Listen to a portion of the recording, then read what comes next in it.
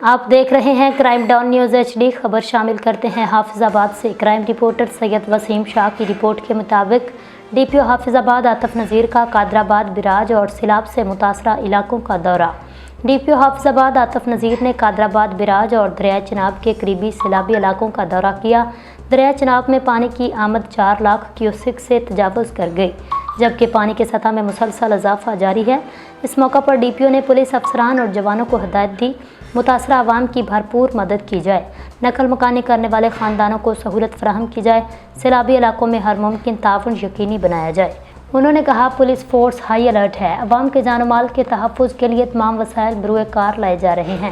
عوامی آگاہی کے لیے بستیوں میں اعلانات جاری ہیں تاکہ لوگ بروقت محفوظ مقامات پر منتقل ہو سکیں۔